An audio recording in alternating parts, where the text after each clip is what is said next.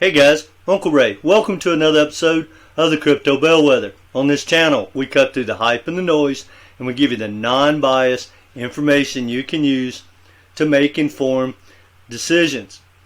Well guys, I got a lot of fascinating information to share with you guys about the legacy banking system and the so-called banking reset and SWIFT, and basically the disruption of the legacy banking system. What is that going to look like?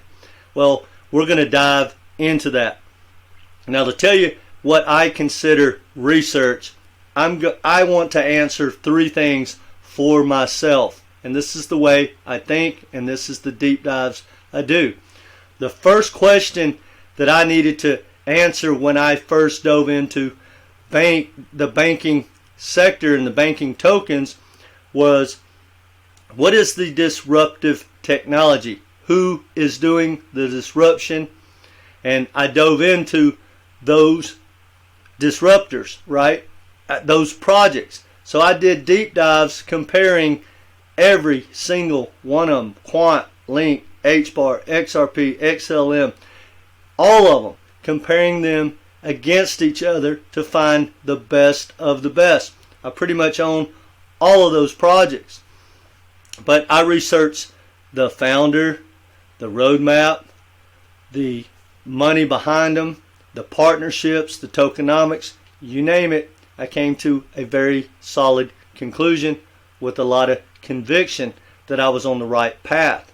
Now, that's only a third of the information that I think you need. Now, we know who the disruptors are and what that looks like. So we're not going to talk about that in this video. But here's the part that is really, and I mean really hard to get information for. People tell you all the time they've done their research. Well, biased research is a little different than non-biased research. I just give you the information as I see it. It's like reading a book and I tell you what I read and I tell you the plot line, right?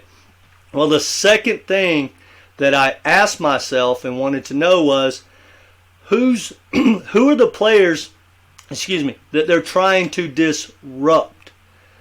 And who is the dominant player among that section? Well, that's what we're going to answer in this video. Now, the other part of that equation that I need answer is, what is their game plan not to be disrupted? Are they vulnerable? Can they be disrupted? What's their roadmap? What's their game plan? What's that look like? And that was this 5-hour deep dive. Now, this 5 hour stacks on probably another couple of 100 hours over the last year of more deep dives. But here's where we're at now with the banking sector, is that the legacy banking systems, for example, their infrastructure and their roadmap is way down the line, and now you can get a lot more information. So it's a lot easier to put the pieces of the puzzle together. Now, a lot of you are not going to want to hear this, and I don't know how it exactly is going to look like, but I know what it's not going to look like. And I'm going to share with you and show you why I think this way, that I feel with 100% conviction that the legacy banking system is not going to lose their dominance with anything to do with cross-border payments, the flow of money, banking, DeFi, you name it. They're not going to lose any of that. They are actually going to get stronger and stronger and get more dominant in that space. They're going to grow that space. Now, before we dive into it, I just want to tell you, guys, when I do these deep dives, for instance, I've done countless hours into studying Ripple's roadmap, and Ripple, the company, nothing to do with blockchain, the company's business model, right? I've studied the business model of R3 and XDC. I've studied quant, all of them. Well, when you do that, guys, it's only so big. If it was a manual, let's just say it'd be 150 pages that you need to read. Well, the roadmap of the legacy banking system and what I'm about to share with you guys, it's like 15,000 pages long. Not only do they want to keep the lion's share of the money flowing of banking, guys, they want to take over every single section of everything to do with Web3, from the metaverse to DeFi, you name it. They want to dominate it and control it to the best of their ability. The good news is they're not going to be able to pull that off. They are going to control the flow of money. They're going to get way more than their share with like DeFi and things like that. However, they're not going to be able to dominate every single sector. Another thing of good news, at least in my opinion, is we are so early. Another piece of good news is once you understand the big picture of how it really is going to play out, or at least who's going to front run it, there's a better chance that I can make a lot more money. That's why I do this. I'm getting good information about who's doing what. If this was a football bet, I have researched all 40 teams in the NFL, not just my favorite team. Now, another thing of good information, in my opinion, is every one of the so-called banking tokens, like XRP, HBAR, ChainLink, all of them, guys, they're going to do tremendously well, in my opinion, because the legacy banking system and the flow of money, most of it, the big money, right? The big cross-border payments, like when Coca-Cola sends $10 billion into Wall Street, those type of cross-border payments, the M1 money supply type payments from the Fed to the central banks, that's all going to be private. We're not really going to be able to capitalize on that. However, every time that money steps out of a private blockchain, that is going to lead you to like the quants and the links and the XLM, stuff like that. So to me, that's good news. Now, if you stay with me throughout this video, and I'm going to try to get on through it, I'm going to give you 7 projects that I plan to own every one of them. And quite frankly, guys, there's probably 3 of them that are going to be some of my biggest bags, because, guys, here's what my philosophy is. I follow the money, the smart money, the big money. I believe, because of my background, I used to work for Bear Stearns. I've been behind the curtains, and I know what that powerful money is capable of. So I believe that the governments, primarily the U.S. government, the central banks, and Wall Street, are going to pick winners and losers, losers to the best of their ability. That's exactly what is happening with the weaponization of the SEC, what's going on with Ripple and what they're trying to do to crypto. They're buying time and they're trying to position themselves to take the lead, and that's exactly what they are doing. I don't like saying that. I don't like spending 5 hours looking at their roadmap and be fascinated by it, but that is how it is. And they got the money and the resources to make things happen, and they're doing it, and I plan to front run that. I'm here for the money. Anyway, this is not financial advice. Let's dive into it. Here's what kicked all this off, guys. I was doing some research for an entirely different video, and I came across this article. Excuse me, my allergies are acting up, and I'm tired. It said, tokenization is killer app for TradFi, JPMorgan. Well, I know Larry Fink, and I've been doing a lot of research about the tokenization assets. There's going to be a lot of money to be made in that sector. Everything is going to be tokenized in the world. Your dog, your boat, your house, your IDs, your medical records, everything's going to be tokenized. But what really caught my attention and sent me down a 5-hour rabbit hole was it basically talked about how JPMorgan's private blockchain has processed over $700 billion through its private blockchain. Well, let's put that in context. Guys, that puts that private blockchain that no one talks about, it puts them up there in the top blockchains among all of them. The only ones really doing those type of numbers is Bitcoin, Ethereum, Binance, and then you have JPMorgan's private blockchain. So that got me really going down the rabbit hole. Well, that article led me to probably 150 pages of the project Ubin, which I was familiar with. But guys, that was 5 phases, and there was a lot of pilot programs with like HBAR and XRP and all those with the distributed ledger technology. And guys, that's all they talk about. When I went down this rabbit hole and read, literally, I flipped through probably 500 pages and watched probably another hour and a half of different videos. They only talk about the ledgers and a lot of other stuff that I don't know about or don't understand, but they very rarely talk about tokens, because guys, with the private blockchains, they do not need tokens. And that led me to this video, which I want to share with you guys. It's about 30 minutes long. Everyone should watch this. I'll leave a link down below. But they talked about how when they're going to do their plan, their master plan with cross-border payments, guys, they're not using tokens. It is brand new thought process.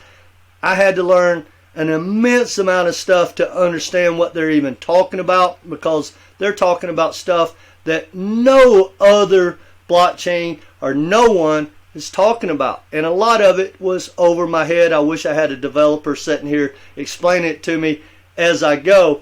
But I do understand it enough to share with you guys, and you can do with this information as you will. But now, that I watched this video, and that's the lady that runs JPMorgan's blockchain. This is their basically the head of their global head of coin systems. Guys, I bet his IQ's 200. That led me to this 100, probably 50 pages. That led me to this 50 pages. It led me to this exchange, and led me to that, and led me to that. Now I know I'm jumping around, but we'll get back to it. I want to talk about this video, because guys, here's the big picture. Excuse me. And I want y'all to understand something. When I do a deep dive into, let's just say, quant, which I love everything about it. Just did an incredible video on it. It's one of my favorite bags. I think they have a phenomenal future. But for someone to do a deep dive, you can do that probably in 3 to 15 hours. You can pretty much dive really deep into everything about quant. Probably could do it a lot less than that if you knew where to go get your information. But the point of that is, when you read the white paper or the roadmap of pretty much any project, it's, let's just say, 150 pages. The JPMorgan and the legacy banking systems roadmap, guys, we're talking like 1,500 pages. It's immense. It's massive. And trust me when I tell you, it just shows the different levels. And I say this with love, guys, and this is not ragging on any of the new projects and any of the new technology. This is just reality of how it is. You know, someone that makes $100,000 a year talks one way. Someone that makes $1 million talks another. A billionaire, it's a whole different world. Well, guys, the legacy banking system has partnered up together. Over 400 banks, pretty much includes all the legacy banking system. JPMorgan, Goldman Sachs, their partners. IBM, Accenture, Goldman, Google, Microsoft. All of these guys, all their input has came in and to build out their game plan. Guys, it's mind-blowing how massive it is. It literally covers every single sector of what's coming down the pipe with Web3. Now, here's the core, if nothing else, because we're talking about banking. If nothing else, I want everyone to understand this. Guys, there's, say, cross-border payments, right, that it's endless how many players are trying to get in that sector. But basically what you're talking about, like with MoneyGram and Swift, and is like if I send money to Argentina, right, or if I go down to the bank in America and I want to send money to a bank in, say, Singapore or China or something, how that looks like. That's in our everyday life flow of money. That's one sector, and that's what most blockchains are after. Well, guys, then there's the flow of money of like the money we deposit in the bank, the M1 money supply. That's where their core blockchain is starting. And I've said this for a long time, and I knew this from the beginning because of my background. Look, the legacy banking system, Wall Street and the governments, they really want to control the flow of money, the massive flow. They don't really care if me and you buy Dogecoin. But when things get tokenized on Wall Street and they start sending $1 trillion into DeFi, they want to control that, every bit of it. When we make deposits, they want to control that. That's what this fight is about. That's why they weaponize the SEC. That's why Ripple is literally in court. And it's not a war against just Ripple. It's against all of crypto. They're just buying time, and they're setting up so that they can take the lead. And guys, I hate to tell you, they're taking the lead. It's unbelievable what they have been up to and what now they're starting to talk about. And if you guys watch this video that I'll leave the link in, you'll get a better picture. You don't have to take my word for it. But basically, he talked about the corridors and the rails that they're creating. It's not like what I personally thought. I thought you're going to have different rails, which you will. Now, guys, this isn't the 100% of everything. There's 1,000 different entities trying to control the flow of money. But this is the lion's share, the M1 money supply. That's where they're starting, right? When money flows from the Fed or from Wall Street around the world to different exchanges, that's the money they're starting with. They're building those rails. And guys, they're using ledgers. They are not going to use tokens. Out of the 500 pages, very few conversations were talked about tokens. Now, he explained it like this. He said right now, with the new technology, they're doing, say, cross-border payments. You bring in something, a currency. You use a token to swap it out, and you pass it on. Well, they're talking about the whole entire legacy banking system coming together, kind of like I use Regions Bank. Imagine how I can go to any bank in the world that's a Regions Bank and they pull up my account. They're all tied together. They share the ledgers. Even though all the banking entities will be different and stand alone, they will be able to share the ledger. So it kind of looks like this. And this is one of the things that mentioned it right here. It says, this was a case study, but he verified this is where they're going. It says all transactions in this case study are in USD. There is no currency exchange involved. See, right now, you bring in a currency from, say, Singapore. If you want to send, you got to convert it and then send it wherever you want to send it. Well, guys, and this made me feel really good about the dollar not losing its dominance. And I know a lot of people like to hate on that, but I don't think it's an issue whatsoever. But after this deep dive, I really think once they put everything in place, the dollar is just going to get stronger and stronger. And it's going to be hard to pull it out once it's the legacy banking system of America has basically swollen until one big national global system, and it's evolved around the dollar. And the reason I say that, guys, is every currency in the world, or maybe there's a few that or don't participate are pegged to the US dollar. So what he's talking about, imagine this. Just like I can go to Regions Bank in another country, do what I need to do.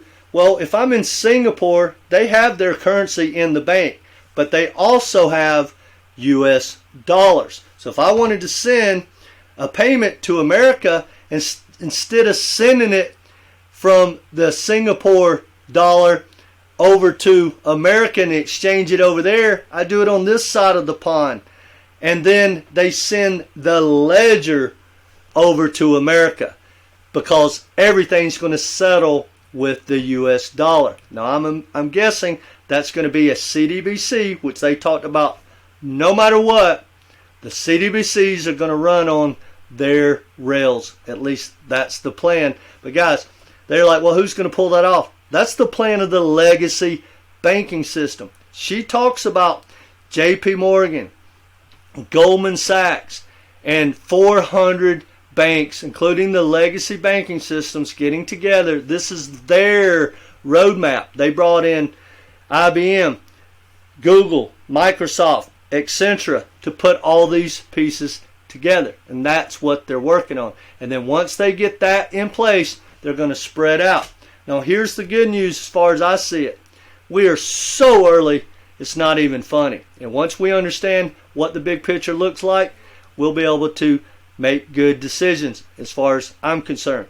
The second thing is, all the banking tokens, basically their utility is in the interoperability and transferring of different assets, right? So they're all going to do well. They are not going to disrupt or steal, for instance, cross-border payments from the legacy banking system. Now they may have a few corridors. They're not going to get, like the legacy banking system is not going to dominate 100%, but they're going to get the dominant lion's share, the big money, the M1 money supply type money. Which, guys, I did a video, for example, on XRP talking about, the lady was on their board and she was talking about doing cross-border payments. Well, the interviewer said, hey, she said, we want to dominate cross-border payments. Well, what she was talking about was not the massive, trillions of dollars that flow between countries. She was talking about like from bank to bank. Because even the commentators asked her, they said, so you're talking about like the M1 money supply? I forgot how she said it. She goes, oh no, we're not talking about like the Morgan Stanley type cross-border payments. And she literally explained, she said I think she said big, important, and then there's small and unimportant. She goes, that's where our niche is. So guys, they're not even trying to do something this massive. But either way, the biggest cross-border payment rails and the movement of money is going to go through the legacy banking system as it is now. Now, for whatever this is worth, guys, this threw me off, but it makes sense now. When I worked at Bear Stearns, the number one way to make money on Wall Street, guys, period, the safest way too is IPOs. We got to be an accredited investor. They told us they were doing that to keep us from our harm, but guys, it is the safest. I bet if you took every IPO on Wall Street that ever happened, I bet 99.9% made money. Every one of them. Well, they have the one exchange that was in all this paperwork. It is a private securities exchange for like ICOs and pre-sales and the new corporations that are building in blockchain and the tokenization of assets. Guys, they're trying to take all of that all of that away from us. Now, I don't know if they're going to pull it off, and I don't know if this private one exchange is going to have a token or not. This is the first time I ever heard of it. But I do know, guys, and y'all can believe this or not, Wall Street and the governments and the legacy banking system want to take as much of crypto and blockchain and the opportunity to make money away from us as they possibly can so they can make the money, whatever that's worth. Now, in that video, she also talked about the metaverse. She was proud that JPMorgan was the first bank in the metaverse. They talked about DeFi. Here's another bit of good news. They definitely are going to get into DeFi in a big, big way. But this is, guys, it's going to take 10, 15, 20 years to put all this stuff together. It's not going to happen overnight. And to me, the good news is between now and then, they're going to be picking out different projects that do have a token like Aave that we can invest in. We'll talk about that in a minute. Now, I didn't know this, and I found this this kind of threw me off. The JPMorgan coin that runs on their private blockchain, it is a stable coin. Check out what it says. It says JPM coin is designed to enable the instantaneous transfer of value between parties and hold accounts in the bank. The JPMorgan coin is a stable coin pegged 1-to-1 to the US dollar. Now, I don't know how all that works, but I do know it's already regulated. And they're using it, and their legacy banking system are going to use that, and there's no access for us to capitalize on. Now, if you guys want the official conversation or definition of the M1 money supply, here it is. It says M1 is the money supply that is composed of currency, demand deposits, and other liquid deposits, which includes savings deposits. So guys, basically the M1 money supply, think of it, once we put all our money in the bank, where it goes from there, the behind the scenes stuff, that's the M1 money supply, and that's what the legacy banking system and JPMorgan and all their private blockchains, that's what they want. Now, for whatever this worth, this isn't about banking, but guys, they talked about JPMorgan, they're working with satellites in space. I don't totally understand it, but they were talking about the data storage needs to be on satellites because it's that massive. And I guess the compression of what it's going to take to handle the future of Web 3. And guys, they plan on dominating that as well. But again, guys, no matter what, to me, none of this is negative. All the tokens that we know and love are going to get their share. They may be obsolete in 10 years. I don't know. But we should have at least a couple of good, solid bull runs to make a ton of money. Again, not financial advice. Now, I've done a couple of videos on Onyx ecosystem and the XCN token. Now, this is probably going to be my third biggest bag. I am going to personally stack this token over and over again. Now, here's why. Again, I follow the money.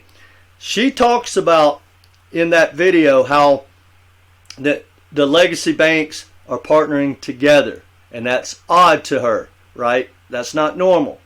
But they all need to share in the roadmap to get to where they need to go, and they need to share their resources because there's so much technology that everyone needs to use. And she talked about interoperability and ledgers over and over again.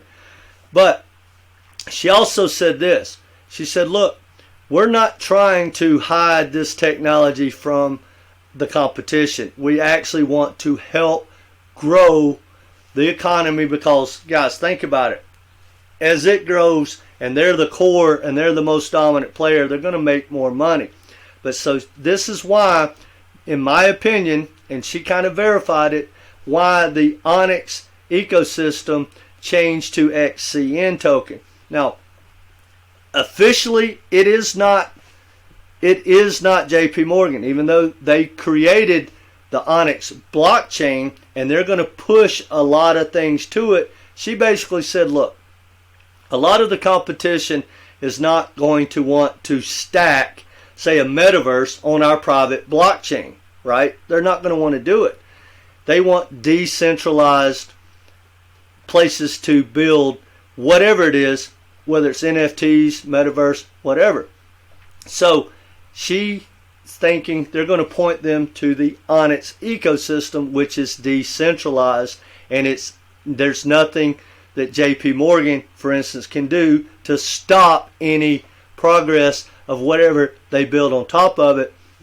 But because they already have those relationships, like with IBM and etc., and all the banks have relationships with all the enterprise corporations, well, they can push them to Onyx, right, which sits on top of Ethereum. Now, we're not even going to talk about Ethereum, but Ethereum should definitely be something someone should think about, because with its tokenomics and the Ethereum Enterprise Alliance, guys, Quant, Link, Gala, Matic, Onyx, right?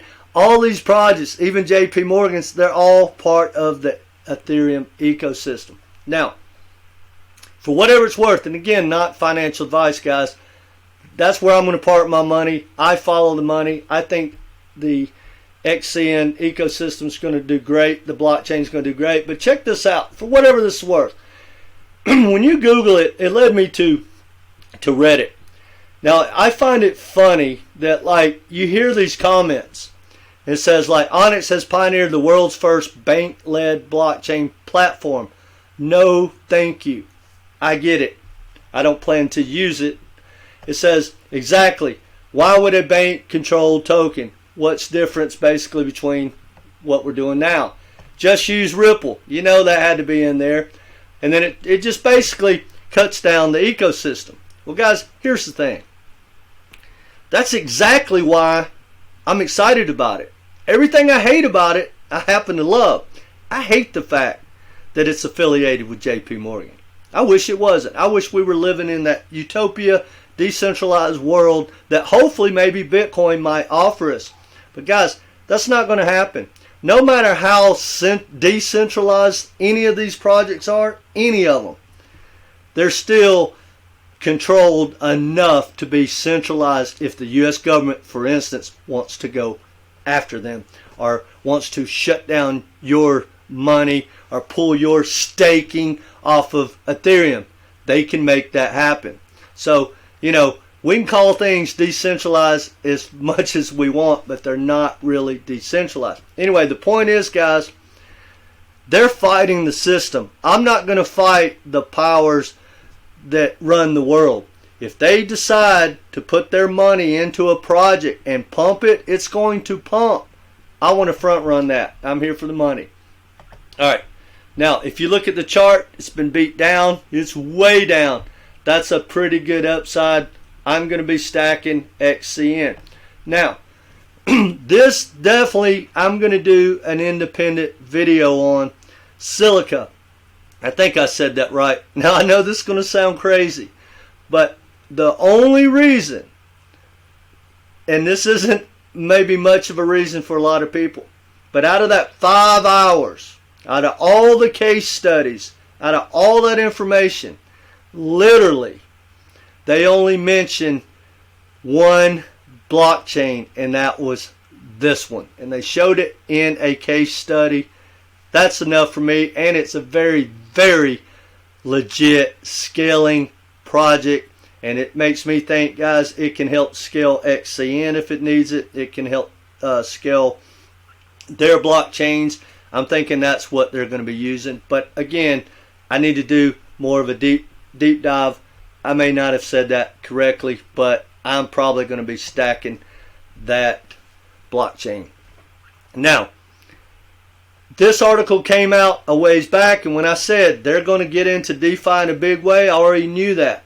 And I did a video on this a year ago when this came out. I remember when it came out. It says JPMorgan executes its first DeFi trade using public blockchain. Well, guys, it used Polygon and Aave. Now it says modified. I don't know what that means. Are they taking that profit or you know, that the way that would move the token? Is it the same thing that we think when we invest? I don't know, but those are two projects that I plan to invest in. I'm already in Matic. I love Matic. And, excuse me, I would definitely stack a lot more Aave if there was more regulation. But once there is regulation, DeFi is where it's at. And Aave is probably going to be a big player.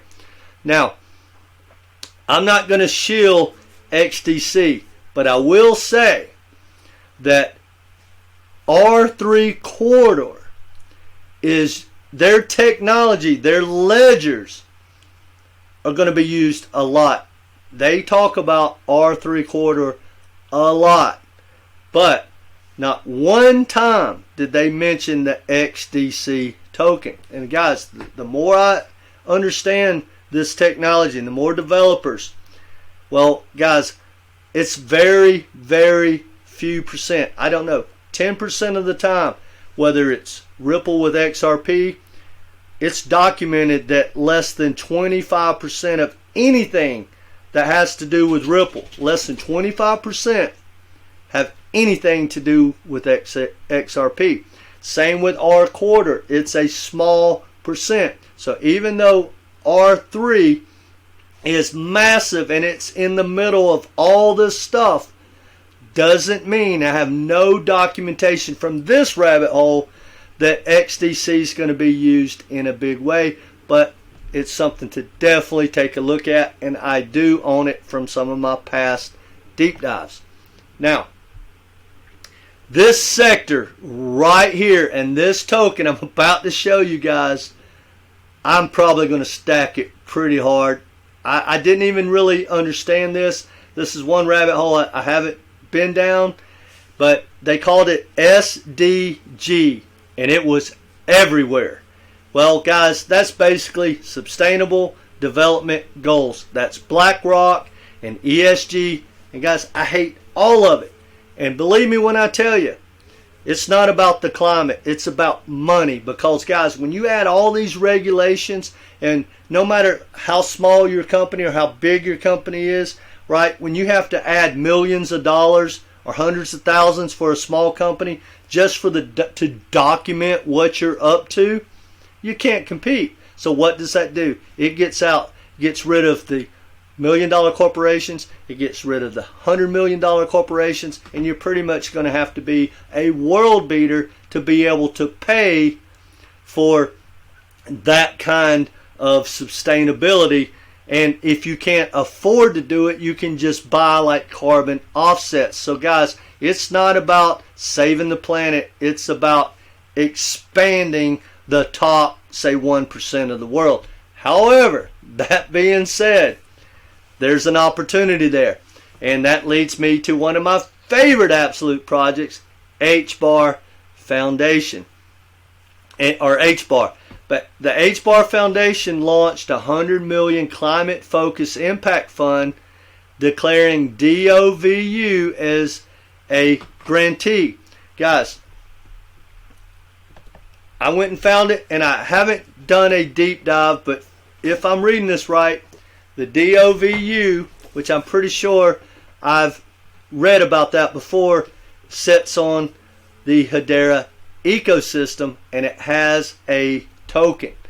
And this token will be stacked. Now, don't take my word for it. That's my dog in the back. Loco, you want to say hi? That's my boy Loco. Anyway, the DOV token, which I haven't dug into yet, is probably going to be one of the biggest bags that I stack. I don't know. Do not run out and do it without a deep dive. Do your own research. But that's probably something that I will do a video on and share that information with you. But guys, hopefully this information helped. I don't think it's negative. I really want people to understand the rails that I thought, like how tokens were going to be used, kind of like with the ODL. And I'm not ragging on that. It's a great system, and they are going to use those type rails all over the world for whatever time. But the bulk of the money, right, and the future of the money is probably going to be less and less tokens over time. That's what they're fighting against. They want to use blockchain, but they want to take the tokens away. Now, the reason I stress that is this. A lot of people want to hold projects for a long time. And guys, this is not financial advice whatsoever. But the way things are growing and how rapid, guys, you got to take the profits. Because no matter how dominant or how great any of these projects are, they could be obsolete in 3 weeks, 3 months, and definitely not even be around in 3 years. Regulation can get them. ChatGPT can get them. You know, anything can change in this type of environment. Guys, I truly believe, for instance, ODL, as great as that is, that was literally, I think that's why the lawsuit, when they came out with that was such disruptive technology. Guys, it's no big deal anymore. And that leads me to one more point, and I'll let you guys go. They talked about in the future with the legacy banking system and the rails and how they want to do it, guys, they're going to have joint liquidity, right? And now think about it. And I may not have this right because it's very, very hard to understand, especially when developers are telling you. But let's think about how, for instance, ODL works. You have a token that anyone can tap into as long as they have a partnership with Ripple, right? So imagine if you're part of the legacy banking system ecosystem with JPMorgan, Goldman Sachs, and the M1 monetary supply.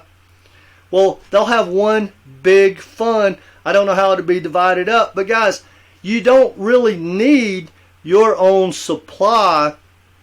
You can have a shared amount, and then you can just use it back and forth. And if you think about it, guys, and I don't like this, but they basically want the whole world to be one, and they don't want 10,000 governments. They basically want, one big unit, right? That's what the World Economic Forum and everyone is trying to preach. Guys, that's the big picture for the very long term. I don't know how it's all going to play out, but guys, don't bet against the legacy banking system. I'm not betting against the dollar, and I plan to front run this big money. Because guys, I'm telling you, and this is not financial advice, when BlackRock and the Wall Street money, the pension funds, and the endowments, when all that money comes into crypto, it's going to be the pump of all pumps. And I truly believe, I was flipping real estate back in 05, 6, 7, and when the crash happened in 08, guys, basically real estate has been on a run for what, 15 plus years. Your house went up every single year. Before that, it was never that long. Maybe 5-year run, 3-year run, it would dip, come back. Guys, we just had literally a 15-year straight up run in real estate. We're going to see that in crypto. Once we get better leadership, we're going to get a spot Bitcoin, which that's a no-brainer. That is coming because now, I don't even want to get down that rabbit hole, but that is an absolute joke. And then, so we're going to have regulation, a spot Bitcoin, and Wall Street is going to be able to call up their customers and go, hey, you want Bitcoin, you want Ethereum, you want to stake your money, whatever. You already have, guys, and this is not hypothetical. This is, the infrastructure is there. You've got those custody corporations working between Wall Street and the banks. They're countless. There's thousands of them. It's on go. We're just waiting on regulation. So imagine a billionaire, right? Forget all the institutional money that has money parked. Imagine, just a billionaire that literally has, $10 billion, but you got $1 billion in cash. You call them up and go, hey, how about putting 1% into crypto, into Bitcoin, Ethereum, whatever. Guys, that is going to be so explosive. And then, and I don't know when that's going to happen. I don't think it's going to be this bull run, and I hope it's not, to be honest. But when that happens, it's going to be more like Wall Street, more like the stock market, right? It's may pull back 20% or something on a crash, 33%. But the runs of, you know, doing a 50x and pulling back 93%, those days will be gone. I really believe no matter how it pans out, after this next bull run, there will be no $25,000 Bitcoin ever offered ever again, not even close. Whenever this next bull run comes, and let's just say it ends in 2025 at 125, 150, 250, who cares? It's not coming back to give us that last chance at $25,000. I truly believe that. But once we get all that regulation and probably a crash, right, a good hard recession, we get new leadership and the Fed turns on that printing press. And then one last kicker. Now I know I'm rambling, I'll let you go. When they cut on that printing press and the government or the US economy actually starts to grow again, that's going to kick off the growth around the world. That when those things line up, whether that's 2 years from now or 5 years from now, I think it won't be longer than 5 years. That pump might be the next bull run after the one coming. That one is not going to look back, guys. It could literally run for 15 straight years. I truly believe that because it's all here, guys. I'm telling you, I can't be more bullish, and I'm getting tired now, so I'm starting to ramble. I'm going to let you go, but I want to say this one thing. Guys, I'm telling you, I can't be more bullish. The adoption of what I see every day, I can't keep up with a fraction. Just this year, I'm telling you, the guy with Polygon Labs said you can't imagine how much is being built right now. Every corporation in the world is building out Web3 projects. And then the founder of Solana said, guys, you're going to see more growth in the ecosystem in the next 6 to 18 months than you've seen since the inception of Bitcoin. Guys, I'm telling you, it's like a switch got flipped in January. I can't keep up with the amount of information when I go down to do my research. I'm telling you, I could make 15 videos a day, and once I lay out, and this happens all the time, I'll lay out 2 or 3 videos that I want to create, but I'm always learning and always researching. I skip over them because I can't even remember them, and something else more important came out. So I'm telling you guys, I know this to be true, and it's not financial advice, but when you have an ecosystem with development and money in a bear market, the price will catch up with what they are creating, and I'm telling you, it's going to be explosive for a lot of projects like, say, HBAR. Anyway, that's all I got for you guys. I know that was a little long. Hopefully, you found it pretty informative. Let me know what you think in your comment section, and I'll probably go through and do a deep dive on each one of these projects that I talked about.